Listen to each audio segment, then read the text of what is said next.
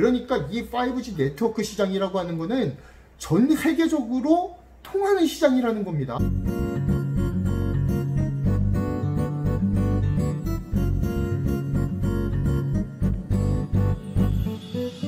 유튜브 채널 경제를 말하다는 IT와 반도체 이슈, 신소재와 미래기술 및 우리 경제 전반에 대한 컨텐츠를 통해서 업계의 전망과 투자에 필요한 인사이트를 여러분께 제공하고자 노력하고 있습니다. 정부가 한국형 뉴딜에 속도를 내고 있죠. 얼마 전에는 금융기관장들과의 회의를 통해서 정부와 민간이 협력해서 170조의 기금을 마련하겠다는 로드맵을 발표해서 큰 반향을 불러일으키기도 했습니다. 한국형 뉴딜의 주요 키워드가 무엇일까요? 바로 첨단 산업과 그린 정책입니다. 이 첨단 산업과 그린 정책이라는 프레임의 근본을 이루는 정책이 있는데요. 바로 세종과 부산을 중심으로 하는 스마트시티 국가시범도시 사업입니다. 스마트시티 국가시범도시는 현재 백지 상태의 부지의 장점을 살려서 미래 스마트시티의 선도 모델을 조성하는 사업이라고 볼 수가 있겠는데요. 이제까지 여러 부문에서 스마트시티 말은 많았습니다. 하지만 실체를 보여주는 사례가 좀 전무했던 게 사실이에요. 도무지 감이 잡히질 않죠.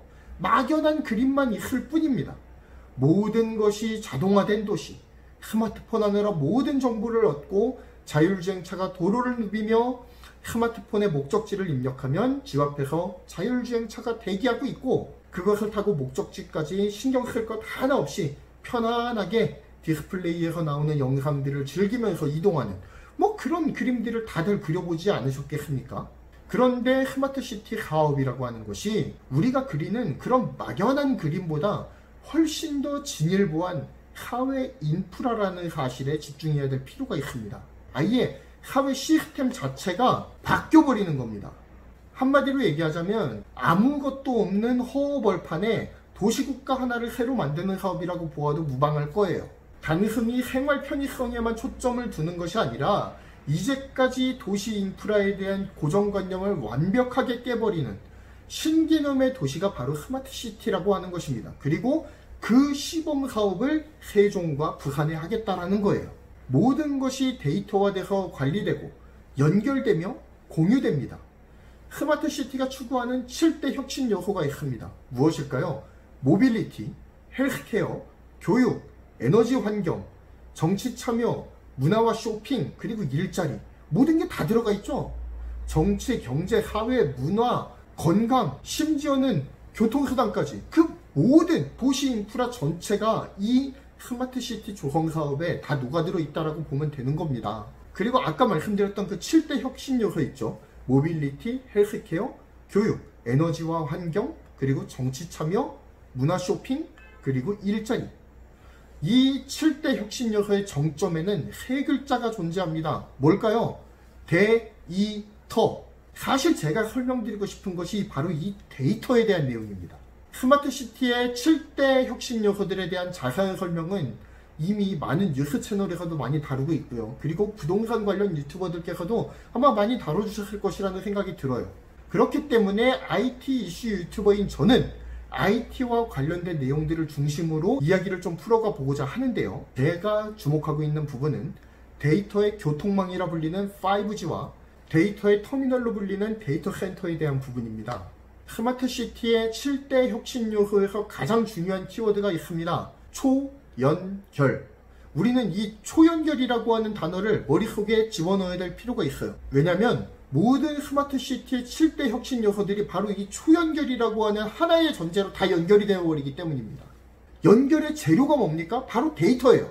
스마트시티는 데이터의 흐름에 따라서 초연결을 이루는 것을 지향할 것입니다.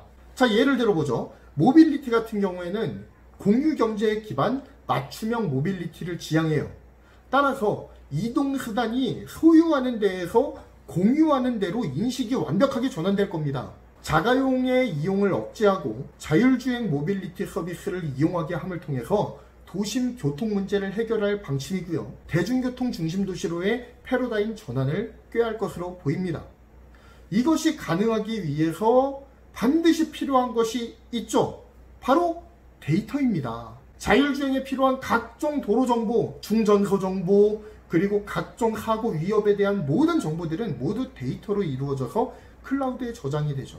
모빌리티들은 데이터 센터의 클라우드 서비스에 저장된 각종 사고 관련 데이터나 교통 상황에 대한 데이터들을 실시간으로 받아서 처리하게 될 것입니다. 모빌리티 서비스를 이용하는 고객의 정보들도 실시간으로 공유가 되겠죠. 어디서 불렀는지, 어디서 고객을 픽업을 할 것인지, 그 고객이 가고자 하는 목적지는 어디인지, 어느 길로 가면 최적화된 길인지 등등등 모든 것은 데이터라는 형태로 공유되기 시작할 거예요. 그리고 이 모든 모빌리티 기술과 사람은 데이터라고 하는 매개체를 통해서 서로 연결을 이루게 될 것입니다. 자, 이동수단만 이렇게 될까요? 교육은 어떻겠습니까? 이미 코로나19로 인해서 학교에 모여서 지식을 공유하는 옛 방식이 빠르게 사라지고 있어요.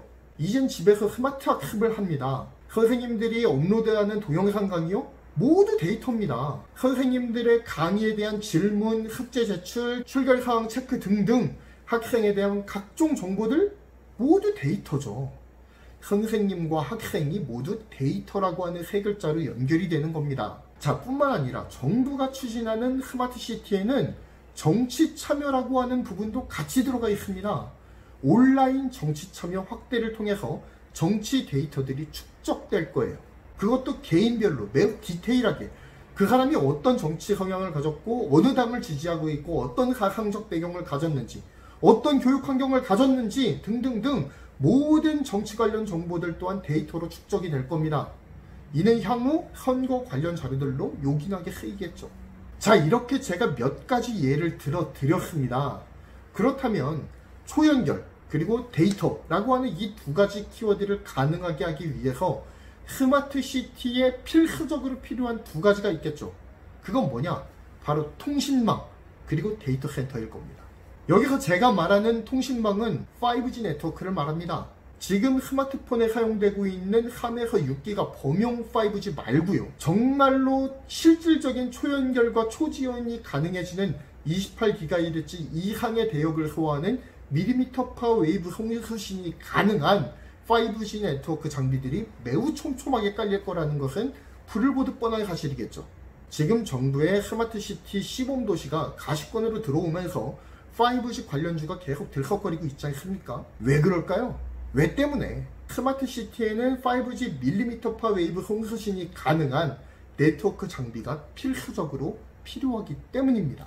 자, 여러분 한번 생각해 보시기 바랍니다. 수많은 데이터가 거의 실시간으로 오가야 되는 상황을 4G LTE가 감당할 수 있을 거라고 생각하십니까?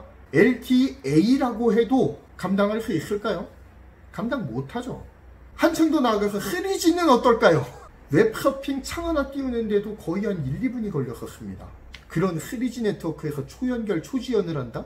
절대 불가능하죠. 아마 스마트시티에서 소화하는 데이터량을 3G한테 맡긴다면 아마 10분도 못 가가지고 회로가 타버릴 거예요. 과부하가 걸려서 말이죠. 4G LTE도 마찬가지입니다. 방대한 분량의 데이터를 실시간으로 처리할 수 있는 유일한 대안이 바로 실질적인 5G, 즉 밀리미터파 5G라는 겁니다. 28GHz 이상 대역을 말하는 거죠. 하지만 5G 네트워크에서 사용되는 주파수의 대역은요, 범용이라고 해도 3에서 6GHz, 초연결을 위한 주파수 대역은 28GHz 이상입니다. 그런데 28GHz 이상의 고주파 대역은요, 매우 심한 직진성을 가집니다. 그러니까 이 주파수라고 하는 게 파형이 있거든요. 3G가 한 이 정도 넘실된다면 4G는 조금 더 이 파형 폭이 좁아집니다. 한 이 정도에서 움직여요. 자, 그런데 범용 5G로 넘어가면은 이게 좀 더 촘촘해집니다. 자, 28기가 어떻게 될까요? 이렇게 되겠죠. 그러니까 이 곡선이 유려한 이 3G나 4G 같은 경우에는 어느 정도 장애물이 있더라도 이 파형이 넘어갑니다. 이렇게. 그런데 28GHz 같은 경우는 이런 장애물 넘을 수 있을까요? 없을까요? 못 넘죠. 그러니까 이 파형이 너무나도 조밀조밀하기 때문에 장애물에 취약하다라고 하는 단점이 있습니다. 그래서 현재 기술력으로 스마트시티를 온전하게 구현해내기 위해서는 기지국을 매우 촘촘하게 박아야 돼요. 그렇다면 5G 네트워크 기지국 장비가 엄청나게 필요하게 되겠죠. 그래서 지금 5G 네트워크 관련 부품 회사들이 화랑을 맞고 있는 겁니다. 그 흐름을 잘 봐야 돼요. 스마트시티 조성 사업과 5G 관련 기업들과의 그 연계, 그리고 이 스마트시티라고 하는 것이 국내에만 존재하는 게 아닙니다. 전 세계적인 흐름이에요. 지금 미국이나 유럽에서 왜 이렇게 5G 합니까? 초연결 초지연 사회를 구현하기 위해서 하는 거예요. 5G 스마트폰을 쓰려고 하는 게 아니라 그들도 스마트시티를 염두에 두고 있다는 거예요. 그러니까 이 5G 네트워크 시장이라고 하는 거는 전 세계적으로 통하는 시장이라는 겁니다. 하지만 코로나19가 오면서 이 5G 네트워크망 구축 사업이 계속해서 뒤로 밀렸죠. 지금 화랑을 맞고 있는 이 5G 네트워크 사업은 사실은 2020년도 초에 터졌어야 될 상황이거든요. 그런데 그게 코로나 때문에 지연되다가 지금 터지고 있는 겁니다. 자, 그리고 5G 네트워크만큼이나 또 주목받고 있는 또 다른 사업 분야가 있죠. 뭡니까? 바로 데이터 센터입니다. 수많은 데이터들을 곧장 불러오기 위해서는 엄청난 규모의 데이터 저장소가 필요합니다. 이것이 바로 데이터 센터예요. 데이터 센터의 효과적인 운영을 위해서는 초고성능의 데이터 관리 장비들이 필요합니다. 엄청난 수의 메모리 반도체와 비메모리 반도체들이 탑재된다라는 거예요. 데이터 센터 전용 고성능 CPU는 말할 것도 없고요.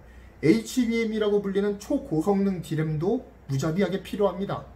게다가 수많은 정보들을 효과적으로 처리하기 위해서 병렬 컴퓨팅 솔루션 장비들도 필요한데, 여기에 필요한 필수 반도체가 뭐냐? 바로 GPU입니다.